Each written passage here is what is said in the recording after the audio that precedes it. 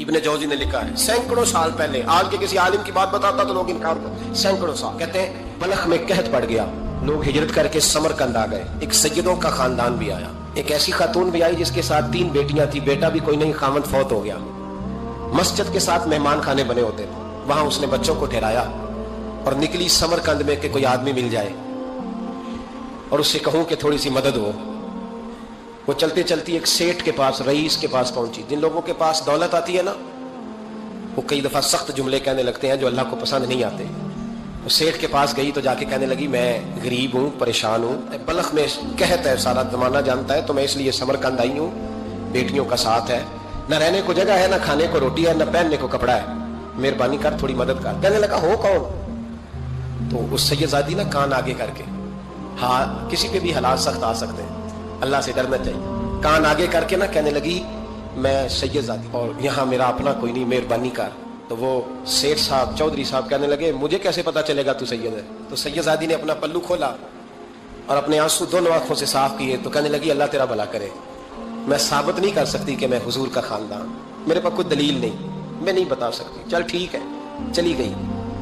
کسی نے بتایا کہ یہاں ایک یہودی بھی رہتا ہے، وہ بڑا سخی ہے، یا آتش پرست ہے، یا پارسی ہے کافر غیر، سخی بڑا ہے۔ اس کے پاس گئی، بیٹھی رہی، لوگ بیٹھے تھے، جب چلے گئے تو قریب گئی، کہنے لگی مجبور ہوں، پریشان ہوں، غریب نہیں ہوں۔ کہنے لگا بی بی تجھے کبھی دیکھا نہیں، سمرقند کی اتنی آبادی نہیں، میں سارے شہر، تو کون ہے؟ تو کہنے لگی تعارف نہ ہی پوچھے تو اچھا ہے۔ اس نے کہا چلو اگر پتہ چل جائے تو۔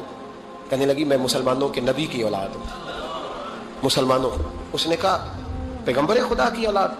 اٹھ کے کھڑا ہو گیا، بی بی کو ساتھ لیا، گھر گیا، کہنے لگا جو صاف ستھرا کمرہ ہے نا اسے پھر دھو ڈالو، ایک دفعہ پھر دھو ڈالو۔ کمرہ دھلایا، صاف کرایا، پھر کہنے لگا بی بی میرے برتن زیادہ صاف ستھرے نہیں، میں نئے نہ خرید کے لا دوں۔ پھر نئے برتن لایا، پھر اپنے بچوں سے کہنے لگا اونچا نہ بھولنا، یہ سیدہ فاطمہ کی شہزادیاں آئی، یہاں کوئی شخص اونچی بات نہ کرے۔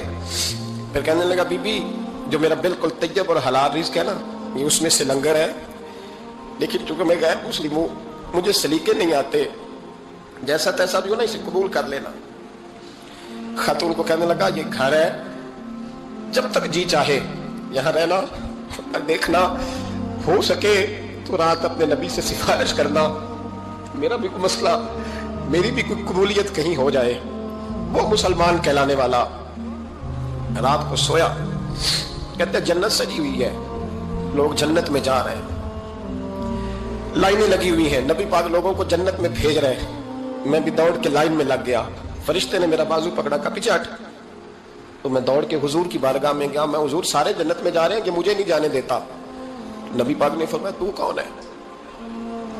کہ یا رسول اللہ میں مسلمان ہوں۔ کہتے ہیں حضور مجھ سے فرمانے لگے کوئی دلیل ہے تیرے پاس؟ دلیل ہے کوئی تیرے پاس؟ میں چپ کر گیا، فرمایا میری بیٹی تیرے دروازے پر آ ہی گئی تھی تو دلیلیں پوچھنے لگ گیا تھا؟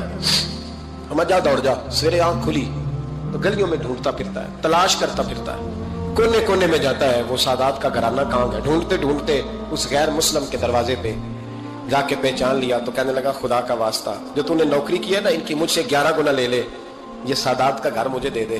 تو کہنے لگا کل تو آتا تو شاید بات اور ہوتی، آج بات اور ہے۔ اس نے کہا مہربانی کر، کہا نہیں کل تو آتا تو معاملہ اور تھا، آج معاملہ آج اور ہے، رنگ بدل گیا ہے، حالات تبدیل ہو گئے ہیں، اب تو دیکھ داکھ کے آیا، جا دوڑ جا۔ کہنے لگا نہیں مہربانی کر، دے دے، تو غیر مسلم میں تیرا کیا تعلق؟ کہنے لگا چپ کر، غیر مسلم میں کل تک تھا، کل سے سجدوں سے پیار کیا ہے تو میرے حالات سنور گئے ہیں، وہ جو نظارے تو نے رات خواب میں دیکھے ہیں میں نے جاگتی آنکھوں سے دیکھے ہیں۔